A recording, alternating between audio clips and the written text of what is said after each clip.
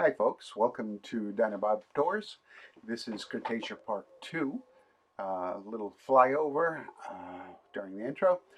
This park now has all the different alternate species in the game. Sorry for no separate build on the Edmontosaurus Regalis. I had technical difficulties. So let's get into the park proper, having gone back and forth over it. And this is the entry area. It's not intended to look like a theme park. It's a little more industrial scientific approach, I think, for it. And it does have, of course, the Crowley logo. We're going to move through the building, which means we'll glitch through the actual game entrance building and the strange people stuck on its roof. And this is the entrance plaza with the welcome sign. You can see the guests are offered multiple paths to move around this area to possibly use some of the facilities in the plaza or to take a relative shortcut across and head up the main path to the largest part of the park. On this side of the entrance building is where I would believe the accessibility facilities would be, where guests could pick up wheelchairs or carts. No reason for a sign on this side of the building except as a game feature. On the other side is a restroom because people arriving at parks often need to use one, either because they've been traveling for a while or they've had to stand in line for a while. On the other side is a cafe. It's a little bit elevated from this little pond area, and it also provides a little better view from the patio out toward the ocean, which you can see through those distant tall trees. This pond also gives a little isolation from the hustle and bustle of the entrance plaza. So, pleasant place to catch a meal before getting into the park or grab something on your way out of the park. When you come back to the plaza, we're going to see on the right an archway, currently unidentified. And this is the path to the genetics lab, which when you look through the arch, you will see rising above the trees. I imagine the park would run VIP tours or special ticket tours to at least get a look inside the facility, but it would not generally be open to the public, hence one of the reasons for its separation. Along the path here, however, there is the utility access to the cafe there, a ramp for moving supplies up and stairs for the personnel. Continuing on the path, we will come to a roundabout in front of the building.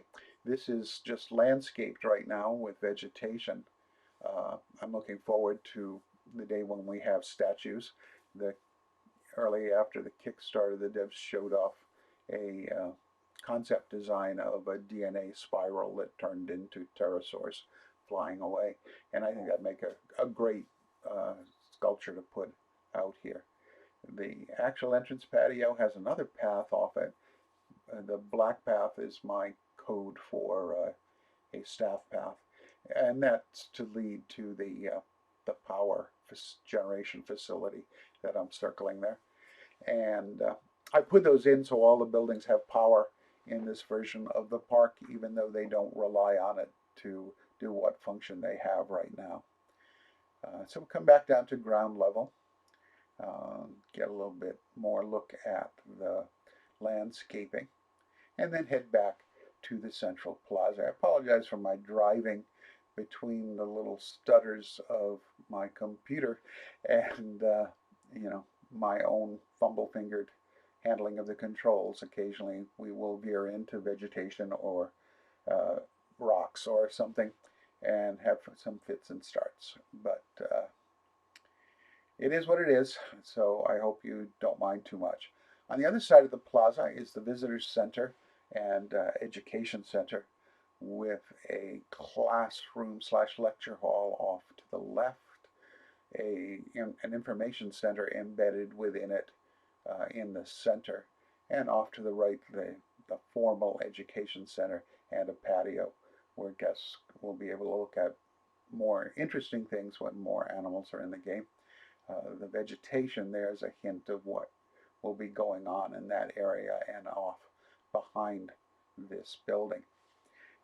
The upper stories would be offices or private lounges for VIPs, and there is a deck off the back, and ultimately they would have a view of an exhibit on the back side of the building. And come back once again to the entry plaza, come down more or less to people level, and spin around and head across the entry plaza to the first animal area in the park right now. And this is the Microraptor Grove. In my envisioning, the Microraptor is a homebody and can be allowed free roaming in the park. It, as long as it has food and shelter, it'll stay pretty well put. So that was a brief look at the main line down toward the next roundabout. But into the grove, we can see I've placed several of the mini aviaries in here with the null framing on them, and added more vegetation and rocks to blend them in to the environment better. We're not going to go through all the possible permutations. This should be a quiet guest wandering area. So pleasant, but maybe not necessarily a big draw. And as you can see, most of the guests are going on a more or less straight through path here to the other side of the habitat. But we'll stop off and check out one of our little setups. You can see one on the feeder there, and it looks like there's one or two sleeping in the shelter. This concept is from an experiment the Smithsonian Institution did at the National Zoo in Washington, D.C., where they let some golden lion tamarins free range during the summers, take them in during the winter. And they would not leave the park. They would stay in the forest there. So pretending the microraptors blah, blah, blah, work much the same way.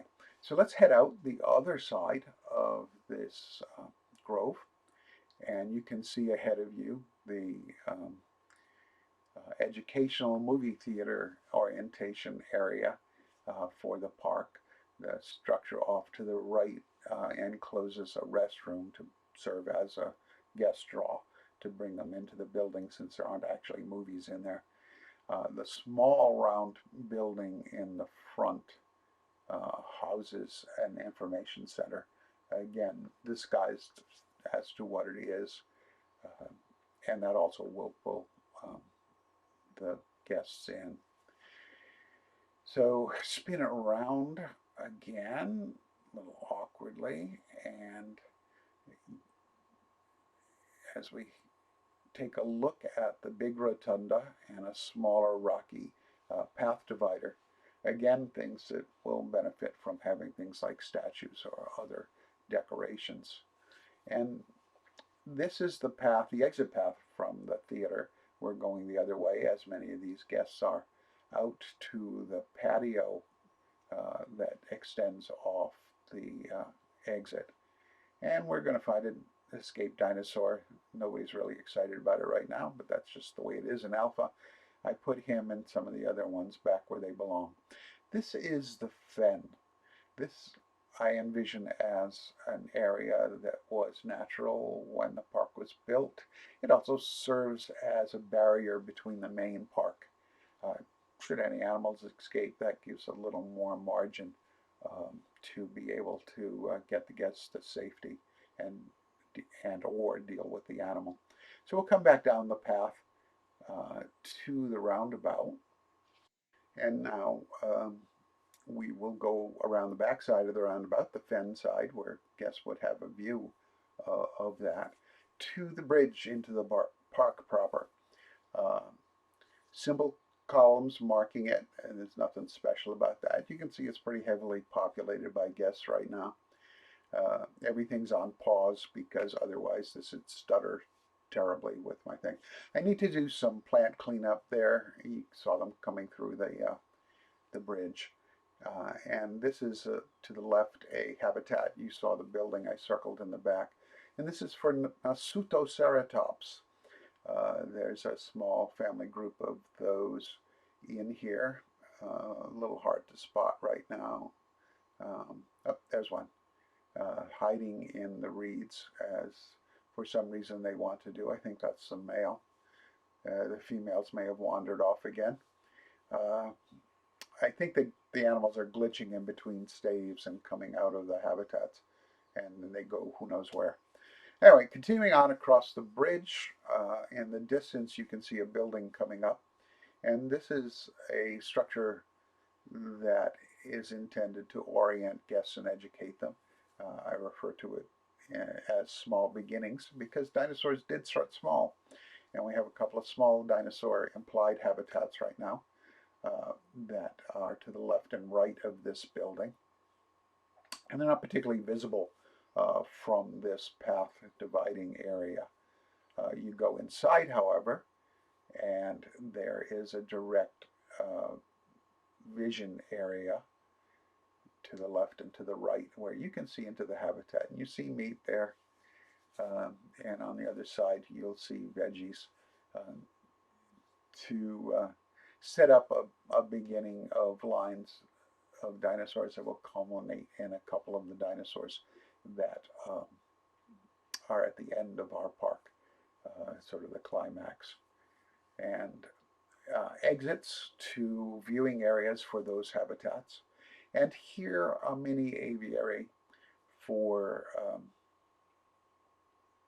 one of the upcoming animals I'm hoping to see soon, but who knows. The idea anyway is that dinosaurs are still with us, and here we have some implied habitats for birds, and dinosaurs are still with us in the nature of the birds, and also an exit on either side. So the exit on the side we're looking at now will go toward the Jurassic, and the other side will go toward the Cretaceous area animals. I can see I need to do some cleanup in there with the columns being not where they're supposed to be. So this has a green roof, and this is a kind of look where the paths haven't been restored to the two habitats. Unfortunately, in one of the alpha saves, I lost all my pathing and had to go in and restore it, and obviously I forgot a couple of places.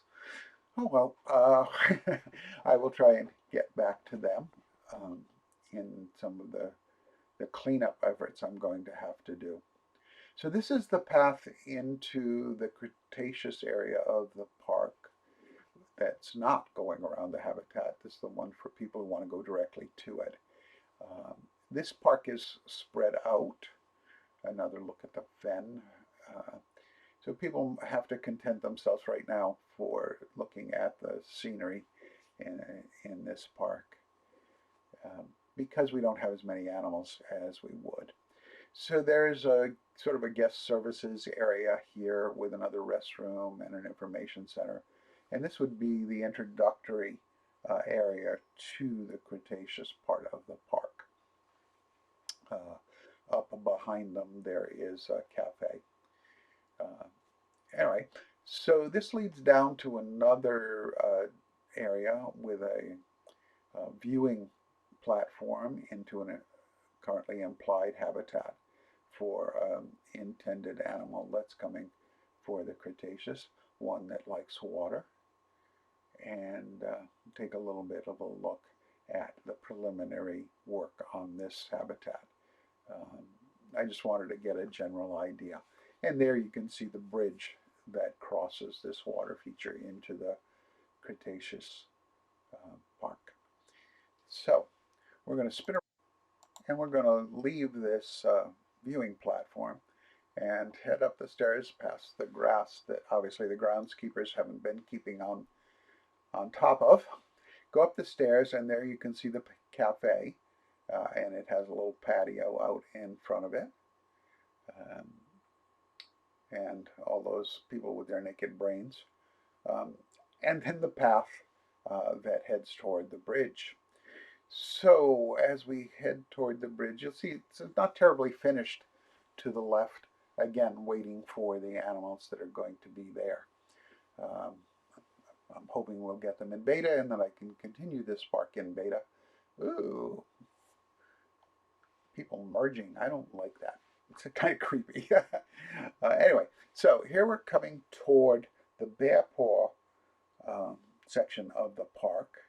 And if I pull over to one side, you can see some signage for the Bearpaw Forest, which is a multi-species exhibit. And you can also see a path going off to the right. So ahead of us, there'll be a view of the Bearpaw. You can see an enclosure on the left with one of the Bearpaw animals, a Styracosaurus. It's a very cool dinosaur, very spectacular looking with that set of horns on the frill.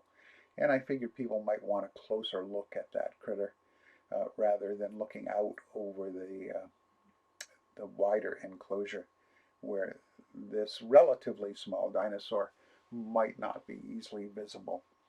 Obviously, if we could use binocular props to let the guests see deeper into an exhibit, um, possibly make them with more modular elements. But right now, I haven't built one and we don't have one. So let's run out this path right now. And this leads us to another part of the Bearpaw fauna. There's a little marshy area here. Um, Again, filling space with scenery because we've got a fair bit of scenery and not that many dinosaurs and props. Uh, so back on the path and up the hill, we will go across another bridge, and that bridge, sorry for the driving here, that bridge and the elevation offers views of other parts of the park, which is nice. And there's the bridge finally. Go up to the bridge and get on it. And that offers a view on the left into the Bearpaw exhibits. On the right, as we're turning now, just more river and down to an implied connector to the fen. And on the right, distant views of our dinosaurs, sort of teaser looks. To the left, the Bearpaw Forest proper, and to the right, where we're headed now, which is the Bearpaw Floodplain. I forgot to do some fencing, so this patio area is unsafe for the public, but the lower area has been fenced in and offers views. Off to the right is unfinished park, and to the left is one of our viewing rotundas. This one has foliage in the center and offers views into this Edmontosaurus Regalis exhibit. Now, this was the last species into the park, and it didn't get a build video. Sorry about that, the problems. This is intended to be an exhibit with a lot of water and very low-lying environment. You can see more marshy and aquatic type plants in the exhibit. And right now we have 10 Edmontosaurs in here. And ultimately, when Pachyrhinosaurus shows up, it will be joining the Edmontosaurus in this exhibit. So it will be a multi-species exhibit. So we go back up the stairs and head toward another part of the park. So the bridge again, it's a slightly modified version of the first bridge we went across. Modular building is useful that way. I wanted to repeat a lot of elements in this park with the idea that a real park would be trying to conserve their resources, particularly when they have to feed large animals like dinosaurs. So we're coming back, and I'm trying to spin around to get us on the main path deeper into the park. And it runs by that Styracosaurus exhibit to the other Bearpaw Forest sign and a little guest facility area there. Um, can't see any more Styracosaurs up there. And but we'll go down to this viewing platform, going by the restrooms and an implied uh, gift shop, the Bearpaw Bounty, and it's got a facility in there to draw guests when they have a path that I forgot to replace. This one has a more aquatic environment, uh, including guests who walk on water, as the centerpiece. And here's a view into the habitat. That's where a waterfall will be, um, and we will be getting those eventually. Possibly more than one way to achieve them, as the lead designers said on a recent stream. So there's some of the animals. Then Lambiosaurus is in here along with Styracosaurus. Uh, Lambiosaurus does not have alternate species, although it does have alternate skins, and there's the one that I picked for this park is in there right now. So back out, and we'll head down toward another exhibit, again down a path. So busy, busy path with all the guests. They're not moving to keep the frame rate up for me on my poor laptop. And sorry about driving through the trees again. Uh, anyway, this is a long avenue down to an area that was geographically quite distant from the Bearpaw area. And here we're seeing the exhibit for Grunalak. I can never say that. Oh well. Anyway, it means ancient grazer in Inuit. And there's a keeper building that you're looking at there and a viewing platform. So let's go in and go up the stairs uh, to have a look at the exhibit. And on the left, a few more stairs up to the viewing platform. And then out in the habitat, there's one. Uh, there's one of our dinosaurs. And this is a smaller Edmontosaur. It lived in near polar regions, although the environment wasn't quite near polar. And this is something I built to distinguish this one. This is an area where the guests could nominally fire heads of lettuce out into the feeding bins to keep the dinosaurs happy and let them participate in a feeding experience. The glass walls are there to keep the Edmontosaurs from poking their heads into the viewing area. Out by the water hole, there's a couple more Edmontosaurs. And the other side of this platform goes down to the path, and we can take that out and rejoin the main path to head out toward the other big area in this park, at least in terms of design. So I'm trying to use rocks as people dividers to indicate the paths are separating, and some of them are less impressive than others. We're coming up now on the big one, which is the knife edge rock. It doesn't have its full effect when I'm traveling with the viewpoint at this point, but as I pan up, you'll see it's you know, a fairly impressive natural feature. This would have been something the park took advantage of, to use these sort of pathways through the rocks, possibly enhanced a little bit by excavations during construction of the park. To go down this path as we head toward Hell Creek Station. So there's the sign for the station. Unfinished landscaping to the right, but you know, can't quite get it all done. And you can see the path that takes the guests past the station proper, which has guest facilities in it. We're going to duck in here through this large entrance, which offers direct access to the Pato Apparel um, guests clothing shop that's right here. There are places for guests to sit and get into the air conditioning outside of the tropical park. There's a restroom area with a little bit of planting up there.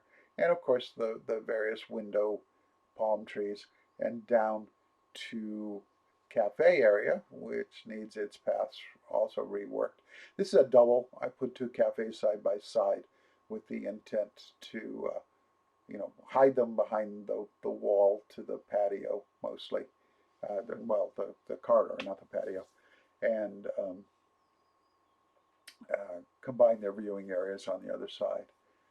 Coming out this end of the station building is a viewing area for the Hell Creek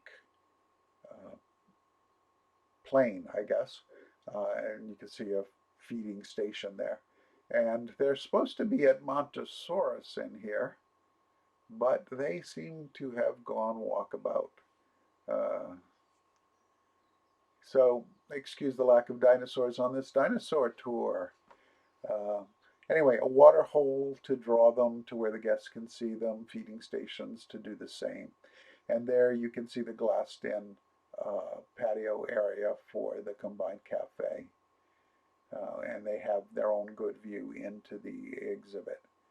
And to its left is a little bit of greenery to screen the more functional areas of this structure where the work can get done for taking care of the animals and running the guest facilities. So let's hop back to the viewing area. It's got vegetation in the center. And I envision this top structure as retractable awnings that run along the arch of the that runs over the viewing area there. So back to the path and our still visitors. It's nice that the amount of clothing variation keeps going up for the guests. And it'd be nice if the hairdos did too, to keep pace with that, and it will eventually, I'm sure. So as we move along the path, the guests could look out into the Advantasaurus exhibit, or they can come up here before the bridge and go up into a little viewing house, which is glassed in. And while it allows them a good view of the Edmontosaurus area, I expect to have water trickling down that rock structure eventually. And they get a glimpse of the next one, where the animal there can come up and get its own view of the Edmontosauruses. So back down to the path and to the bridge. The bridge is arched, offering views to either side. To the left, there's not much to see just yet, but to the right, there's again another viewing area into these two habitats for Hell Creek. And on a little further, another glassed-in building for looking into the other exhibit here in Hell Creek Station.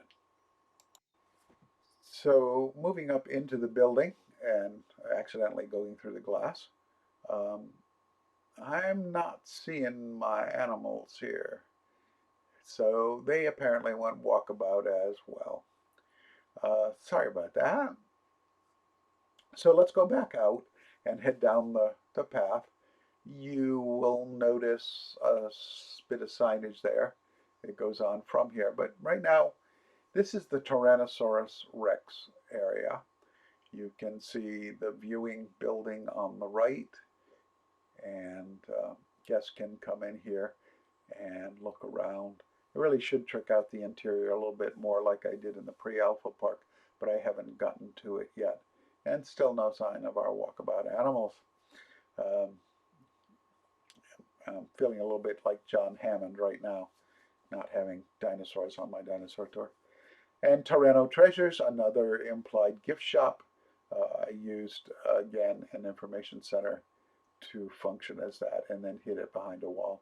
And a guest area. And these are put behind rocks to get a little more thematic take to them. You can see there is a pathway out to another one of these circular viewing areas and another Tyrannosaur enclosure. And this would really be to separate the male and female because they probably really wouldn't want to be together all of the time. Um, so you can also see a bigger building there intended to represent storage area, workspaces for the staff, and behind it a power station. So we'll back out to the stairway, and if you know what dinosaurs come from this place, you know where we're headed, at least in alpha in terms of what's available. So down the stairs and through them, sorry about that. I had a little bit of steering control issue here. And we're running along beside the path and then onto the path and then off the path. Sorry about that. And another one of those rock path dividers. The loop to the left will loop back and join that main path. But right now we're going to head forward toward the last of our alternate species. And there it is, Tarbo Cafe, which means we are in Tarbosaurus territory. And this is a little water feature in front of the building. You can see an expanded dining area on the right and a viewing area on the left. And the stone structure on the left is for our accessibility challenge guests. It's an elevator so they don't have to do the stairs. Implied, of course. Now looking from the platform, we can see out into the habitat. And once again, no dinosaurs. I think the glass would probably be retractable for nice weather, but closable. There's one hiding on a rock and technically outside of the habitat. I'm going to have to pull that one back inside when I finish this video. So a little aerial view of the habitat. There's a water hole out there and a sleeping area under the rocks. And we'll, I guess, zoom in on that now. And you can see an elevated area and a door, and that's where the keepers would come. And it's all connected. So this is all our Tyrannosaurus area. And now, also from an aerial view, give you a glimpse of the keeping area for the Tyrannosaurs and the Edmontosaurs. And the chasm where it turns out they all went to hide. They're not supposed to be able to go down that slope, but clearly they can under the right circumstances. So aerial view of the park now. And we're looking at where that path goes around to rejoin and back along it to the ancient grazer and onto the Bearpaw area. It's been around, take a look at it. Spend a little bit of time looking at the Edmontosaurus Regalis exhibit because it didn't get a build, and you get a little sense of the scale of the park. I haven't used but maybe, I don't know, a third of the map on this this island. Well, it's not really an island, sorry. Old habits. This area, and a lot more space to build, a lot more animals to go in. But beta's coming, and we'll see how well this park transitions into it. Since most of our animals went walkabout, I thought I'd include a little section of video showing our animals at play and letting you hear them if they decide to vocalize. A little bit of driving errors. I love the chirps the Microraptors have. Don't blink or you'll miss the flight. There he goes. So it's actually oddly soothing to watch these guys go through their loop. We've got one climbing up the tree now, having completed the flight, and they'll be moving out onto the branch, which is the launch point for a subsequent flight. And they do such nice chirps. Anyway, is he going to go? Yep. It's really great watching this in the background. It brings a certain special kind of life to the images. Ah, yes, Pseudoceratops, a little honkin' boy in its sort of swampy habitat.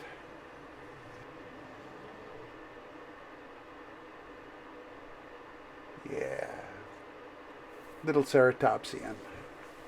And then on to Regalis.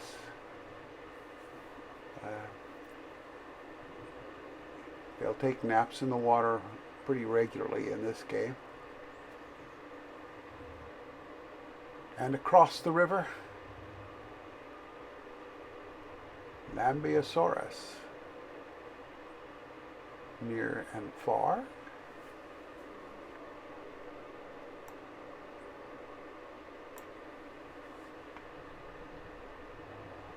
Because that's a dual species exhibit, make sure you get to see both of them at once. Keep your eye on the foreground Styrac. He's going to get in a little bit of a hurry here. It's an animation, I don't see that often. Think about it, and yeah, goes hopping away there. These guys seem to be very happy in their environment. Yeah.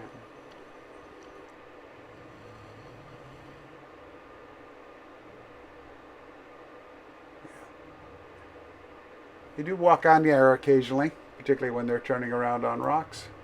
But don't let you put that off. They're cool little beasties. They do also occasionally graze on the rocks.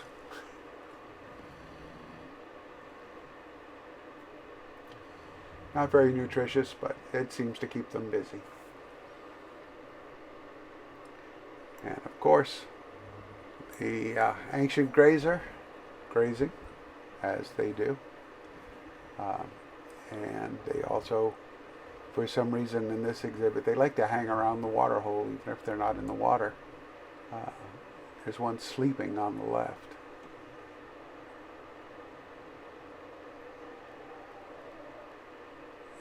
Gotta let them know you're there. Edmontosaurs do like to bellow.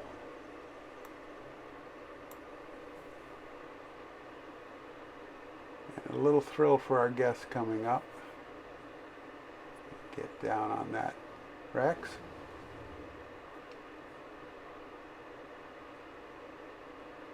The spacing on that concrete wall is just about perfect to keep them from sticking their noses through the glass, which looks better on screen, and in a excuse me, and in a park it would be much more functional. They do that turn right there. The tail may occasionally flash through, but you know, a certain amount of clipping is inevitable. And our last dinosaur, Tarbosaurus. Got to get those jaws stretched after the nap. So, that's all our animals. So it's time now to back out of the park and do the usual requests for likes and subscriptions if you're enjoying this stuff. And I'll be back with some more videos eventually. But right now, Dino Bob signing off.